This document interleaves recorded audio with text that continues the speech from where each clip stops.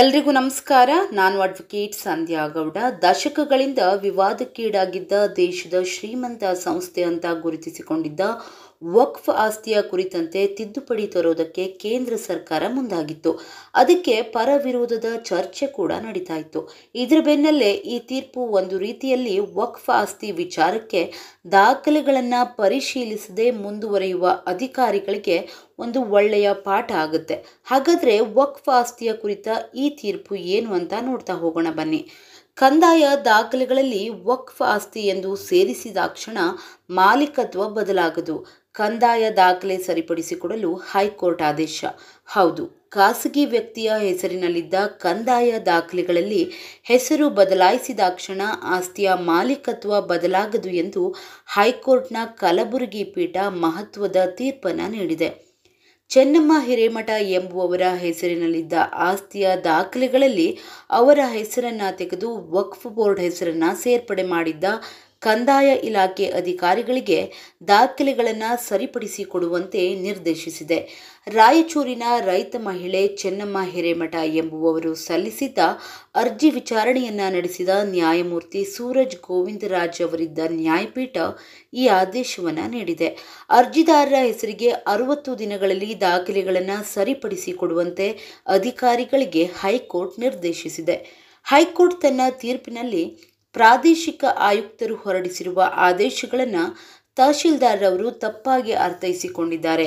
ಒಂದು ಆಸ್ತಿ ವಕ್ಫ್ ಮಂಡಳಿಗೆ ಸೇರಿದ್ರೆ ಅಂತಹ ಸಂದರ್ಭಗಳಲ್ಲಿ ದಾಖಲೆಗಳನ್ನು ಸಮಗ್ರವಾಗಿ ಪರಿಶೀಲನೆಯನ್ನು ನಡೆಸಿ ನಂತರ ದಾಖಲೆಗಳಲ್ಲಿ ಹೆಸರನ್ನು ಸೇರ್ಪಡೆ ಮಾಡಬೇಕು.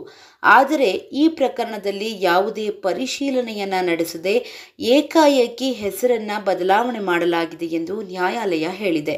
ಅಲ್ಲದೆ ಈ ಹಿಂದೆ ಹೈಕೋರ್ಟ್ ಅರ್ಜಿದಾರರ ಮನವಿಯನ್ನು ಪರಿಗಣಿಸಲು ಅಧಿಕಾರಿಗಳಿಗೆ ನಿರ್ದೇಶಿಸಿದ್ರೂ ಕೂಡ ಸೂಕ್ತ ಕ್ರಮವನ್ನು ಕೈಗೊಂಡಿಲ್ಲ.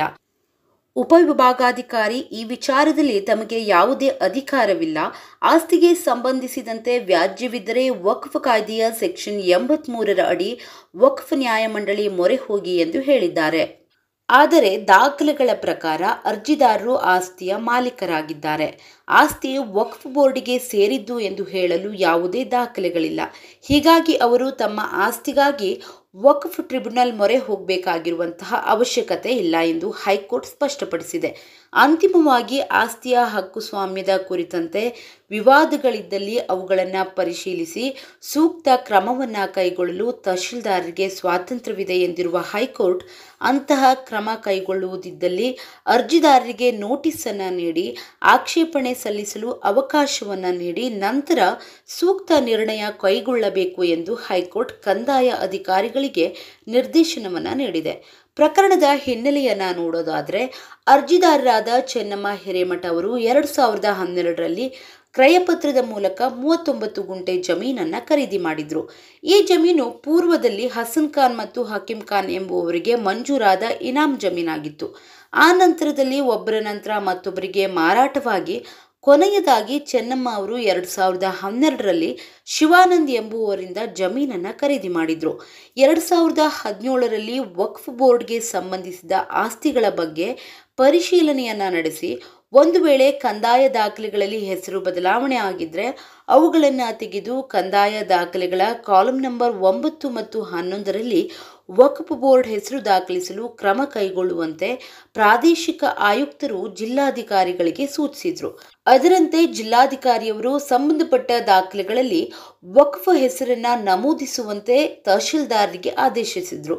ತಹಶೀಲ್ದಾರ್ ಅವರು 2018-19ರಲ್ಲಿ ಚೆನ್ನಮ್ಮ ಅವರಿಗೆ ಸೇರಿದ ಆಸ್ತಿಯ ಕಂದಾಯ ದಾಖಲೆಗಳಲ್ಲಿ ವಕ್ಫ್ ಮಂಡಳಿಯ ಹೆಸರನ್ನು ಸೇರಿಸಿದ್ರು. ಈ ವಿಚಾರ ತಿಳಿದ ನಂತರ ಅರ್ಜಿದಾರೆ ಚೆನ್ನಮ್ಮ ದಾಖಲೆಗಳಲ್ಲಿ ತಮ್ಮ ಹೆಸರು ನಮೂದಿಸುವಂತೆ ಮನವಿಯನ್ನು ಸಲ್ಲಿಸಿದ್ರು. ಆದರೆ ಅದನ್ನು ಅಧಿಕಾರಿಗಳು ಪುರಸ್ಕರಿಸದೇ ಇದ್ದಾಗ ಅವರು ನ್ಯಾಯಾಲಯದ ಮೊರೆ ಹೋಗಿದ್ರು.